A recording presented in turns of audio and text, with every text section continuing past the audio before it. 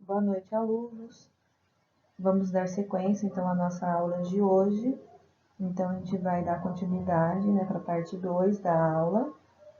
Se vocês observarem no lado, eu coloquei algumas referências de livros, né? Não necessariamente é para ler o livro todo, e sim os capítulos que envolvem esse contexto do transtorno psicótico da esquizofrenia, tá?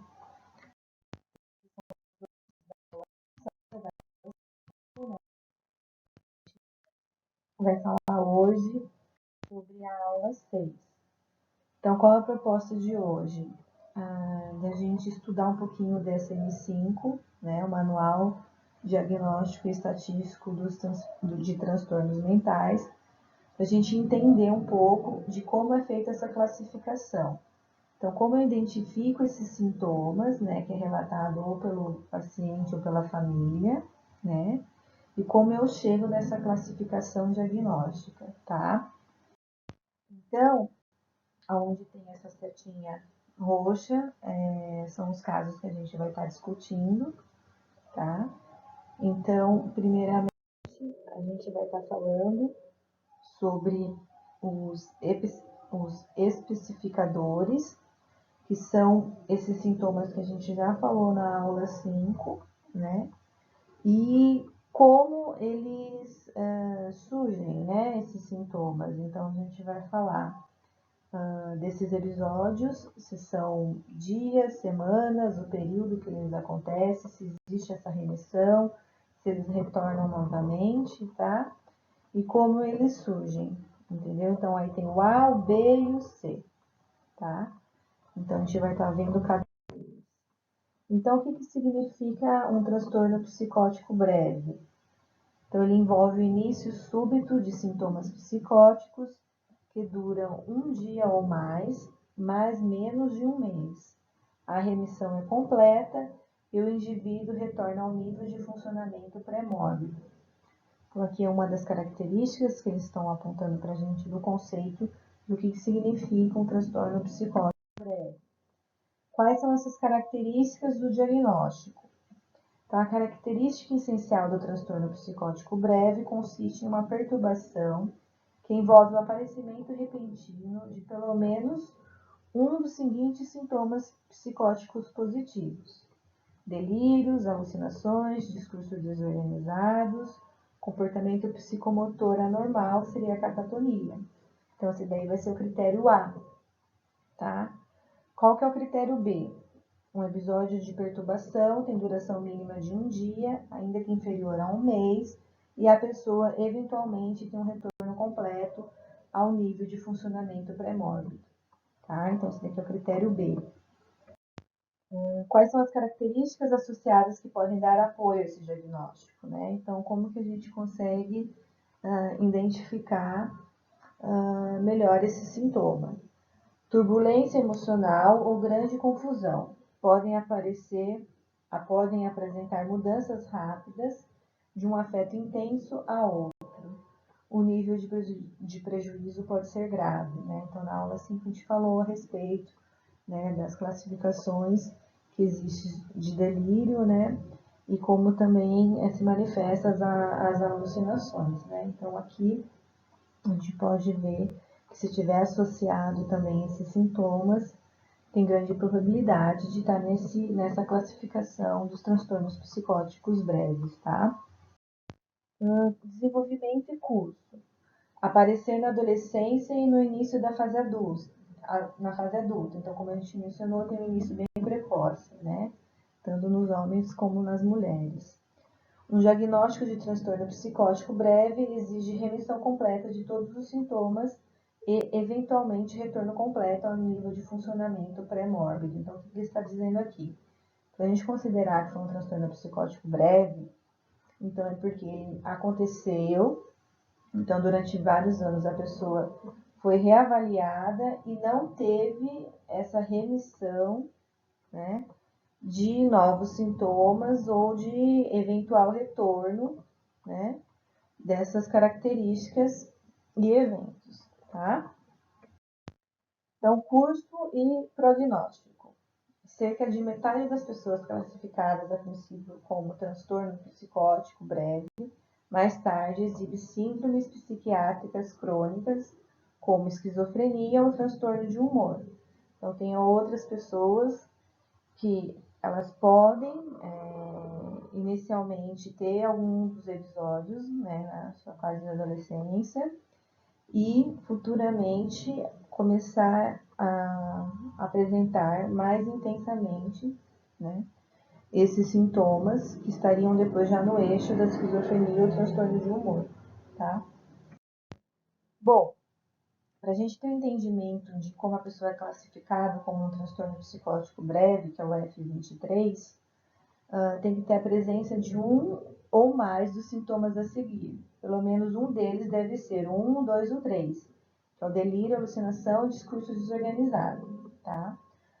Observem que embaixo também tem a parte específica, que são os estressores, né, mais evidentes. Então, se tem ou não tem esse estressor e qual foi o início dele. Tem a catatonia e também pode aparecer no início pós-parto, tá? Então, aqui a gente trouxe um caso para a gente estar identificando nessa fala algumas informações, né, do que a gente acabou de aprender agora. Então, vamos lá. Um homem de 20 anos foi internado na unidade psiquiátrica de um hospital logo após iniciar o serviço militar.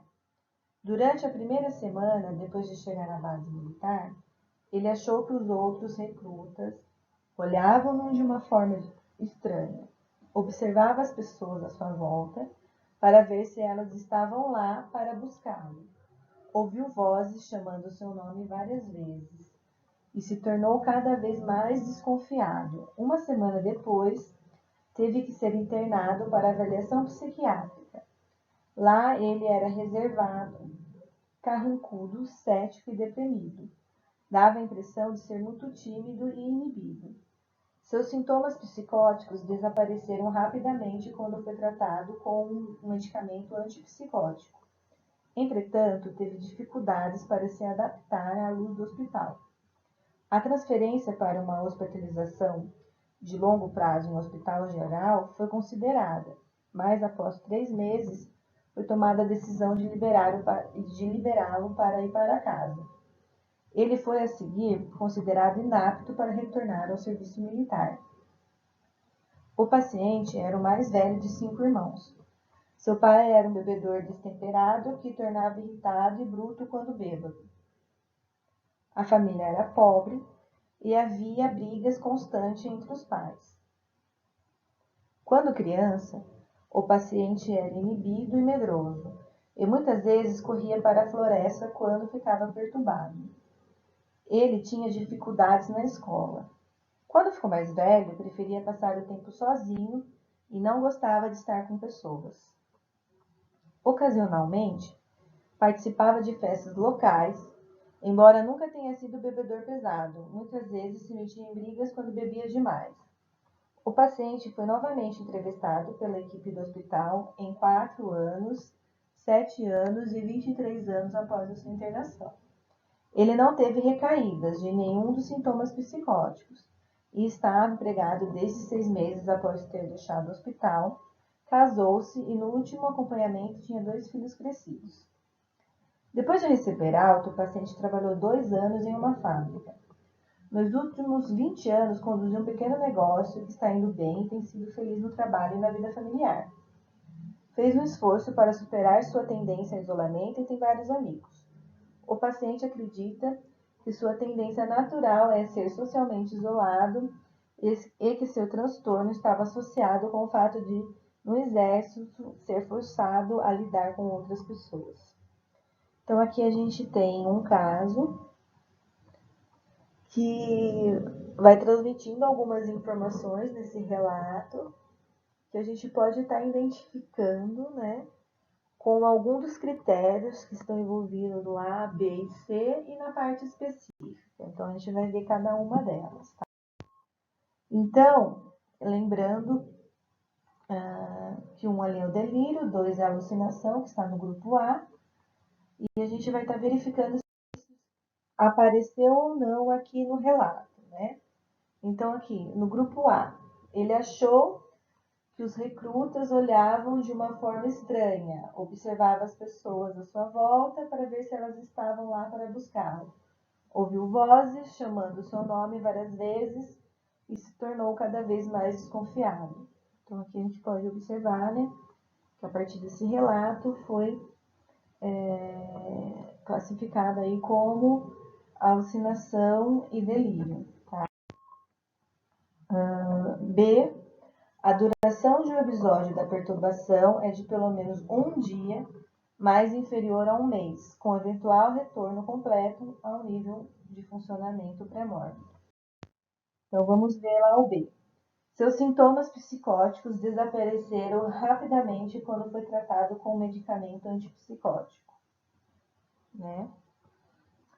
O paciente foi novamente entrevistado pela equipe do hospital em 4 anos, 7 e 23 anos após sua internação. Ele não teve recaídas de nenhum dos sintomas psicóticos e está empregado desde 6 meses após ter deixado o hospital. Então, aqui no C, a perturbação não é mais bem explicada por transtorno depressivo maior ou transtorno bipolar com características psicóticas, por outro transtorno psicótico como esquizofrenia ou catatonia. Nem se deve ao fato fisiológico de uma substância, né? Drogas, medicamentos, etc. Na parte do estressor, né? Sintomas que ocorrem respostas a eventos que é isoladamente ou em conjunto, e quase todos os indivíduos daquela cultura também ficaria, né, abalado com a situação. Então percebe aqui como que foi transtorno psicótico breve, tá? A gente vai partir para um outro transtorno, tá? A esquizofreniforme. Então, o que significa isso? Os sintomas da doença são semelhantes aos da esquizofrenia, contudo, com o transtorno esquizofreniforme, os sintomas duram pelo menos um mês, mais menos de 6 meses. Então, aqui uma das características que a gente pode observar de diferenciação é o período, né? Indivíduos com transtorno esquizofreniforme retornam a seu nível basal de funcionamento após a resolução dos transtornos. Tá? Então, quais são as características? Os sintomas característicos do transtorno esquizofreniforme são idênticos ao da esquizofrenia, que é o critério A que a gente viu, né? O transtorno esquizofreniforme se distingue por sua diferença na duração. A duração total da doença incluindo as fases prodômica, ativa e residual, é de pelo menos um mês, mais inferior a 6 meses.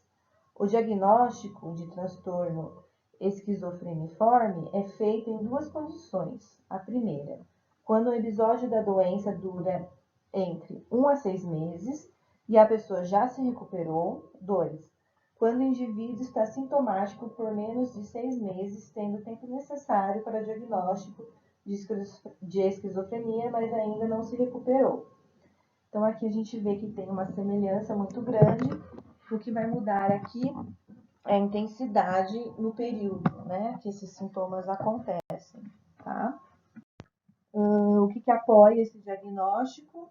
Então, como na esquizofrenia não existem atualmente exames laboratoriais ou testes psicométricos para o transtorno esquizofreniforme. Tá? Qual que é o desenvolvimento e curso? O desenvolvimento do transtorno esquizofreniforme assemelha-se ao da esquizofrenia. Cerca de 1/3 dos indivíduos com o diagnóstico inicial de transtorno de esquizofreniforme provisório recupera-se em 6 meses. E o transtorno esquizofreniforme é seu diagnóstico final. A maioria dos 2/3 restantes irá eventualmente receber um diagnóstico de esquizofrenia ou transtorno esquizoafetivo. Tá? Então, aqui a gente observa também que nesse quadro, para ser enquadrado como F2081, tem que ter pelo menos um ou mais do 1, 2 e 3, e aqui aumentou para sintomas negativos, tá? Se a gente for observar da diferenciação do transtorno psicótico breve, tá? E aqui a gente também pode observar que tem também no eixo C a parte do transtorno depressivo e transtorno bipolar, tá? Então, nós vamos também analisar agora um outro caso para a gente entender também como é realizada essa classificação. O Sr. C, um contador de 28 anos, foi trazido algemado para o pronto-socorro pela polícia. Ele estava desgrenhado, gritava e lutava com os policiais. Era evidente que estava ouvindo vozes porque ele respondia com gritos como: "Cale a boca, eu já disse que não vou fazer". Entretanto, quando confrontado sobre as vozes, ele negou ouvir qualquer coisa. Tinha um olhar hipervigilante e sobressaltava-se aos mais leves ruídos. Declarou que precisava fugir rapidamente, porque de outro modo sabia que seria morto em breve. O Sr. C, estava funcionando bem até 2 meses antes da hospitalização. Era contador em uma empresa de prestígio. Tinha amigos próximos e morava com a namorada. A maioria das pessoas que o conhecia o descrevia como afável, mas às vezes irascível. Quando sua namorada repentinamente rompeu o relacionamento e se mudou do apartamento, ele ficou perturbado. Entretanto, estava convencido de que poderia tê-la de volta. Então começou a acidentalmente encontrá-la em seu trabalho ou em seu novo apartamento, dando-lhe flores e vários presentes. Quando ela lhe disse de forma categórica que não queria mais nada com ele e pediu para deixá-la em paz, o Sr. C se convenceu de que ela queria que ele morresse. Tornou-se tão preocupado com esse pensamento que seu trabalho foi afetado. Temendo por sua vida, ia embora do trabalho com frequência e, quando comparecia, muitas vezes atrasava-se e o trabalho realizado tinha muitos erros. Seu supervisor o confrontou sobre o seu comportamento, ameaçando despedi-lo se persistisse. O Sr. C ficou constrangido e ressentido com seu supervisor pela confrontação. Acreditava que sua ex-namorada tinha contratado o supervisor para matá-lo. Suas crenças foram confirmadas por uma voz que zombava dele. A voz lhe dizia repetidamente que deveria largar seu emprego, mudar-se para outra cidade e esquecer a ex-namorada. Mas ele se recusava, acreditando que isso lhe daria mais satisfação do que eles mereciam. Continuou trabalhando, embora com cautela, o tempo todo temendo por sua vida. Por tudo isso, o Sr. C acreditava ser a vítima solitária. Acordava de repente no meio da noite por pesadelos, porém era capaz de voltar a dormir em seguida. Ele não tinha perdido peso e não tinha outros sintomas vegetativos. Seu afeto alternava-se entre raiva e terror. Sua mente, em geral, era alerta e ativa, mas não era hiperativo, excessivamente energético ou expansivo. Não exibia qualquer transtorno de pensamento formal. O Sr. C foi hospitalizado e tratado com medicação antipsicótica. Seus sintomas diminuíram após várias semanas de tratamento, e ele ficou bem e foi capaz de retornar ao trabalho logo após a alta. Então aqui a gente acabou de ler um caso, né, do Sr. C. E a gente tem algumas informações aqui já para tentar identificar e observar como que isso a gente foi pensado e foi classificado. Então vamos lá. Para a pessoa ter, né, o transtorno esquizofreniforme, 2 ou mais dos itens a seguir, cada um presente por uma quantidade significativa de tempo durante um período de 1 mês ou menos, ser tratados com sucesso. Pelo menos um deles deve ser o 1, o 2 e o 3, tá? Então vamos ver lá, onde aparece o A aqui pra gente. Estava ouvindo vozes, porque ele respondia com gritos como "cale a boca, eu já disse que não vou fazer". Declarou que precisava fugir rapidamente, porque de outro modo sabia que seria morto em breve. se convenceu de que ela queria que ele morresse, tornou-se tão preocupado com esse pensamento que seu trabalho foi afetado. Acreditava que sua ex-namorada tinha contratado o supervisor para matá-lo. Suas crenças foram confirmadas por uma voz que zombava dele. A voz lhe dizia repetidamente que deveria largar seu emprego. Então aqui a gente pode ver algum quadro de alucinação e delírio, né? O B. Um episódio de transtorno que dura pelo menos um mês, mais menos do que 6 meses. Quando deve ser feito um diagnóstico sem aguardar a recuperação, ele deve ser qualificado como provisório. Então vamos ver se a gente consegue. Aqui a gente retorna e vê que daí ele já está estabilizado, tá? Então aqui, agora a gente passa para o próximo, tá? Que é a esquizofrenia em si. Então a gente vai dar uma lida agora, o que significa essas características do diagnóstico. Então, os sintomas característicos da esquizofrenia envolvem uma gama de disfunções cognitivas, comportamentais e emocionais, mas nenhum sintoma é patognomônico do transtorno. Tem bastante trava-língua aqui, né? O diagnóstico envolve o reconhecimento de um conjunto de sinais e sintomas associados a um funcionamento profissional ou social prejudicado.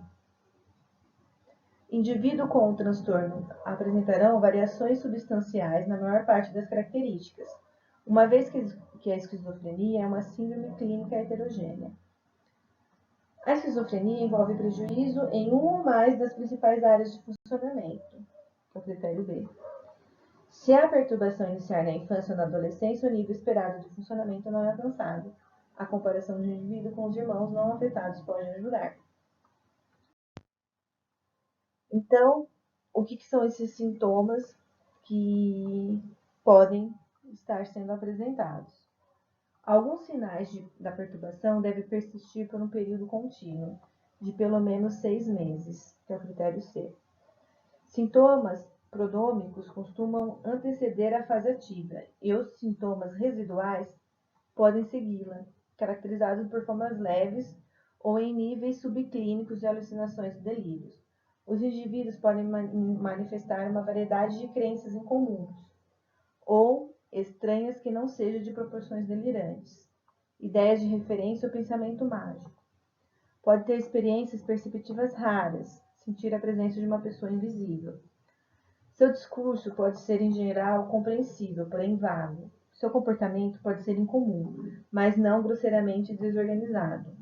Murmurar em público. Sintomas negativos.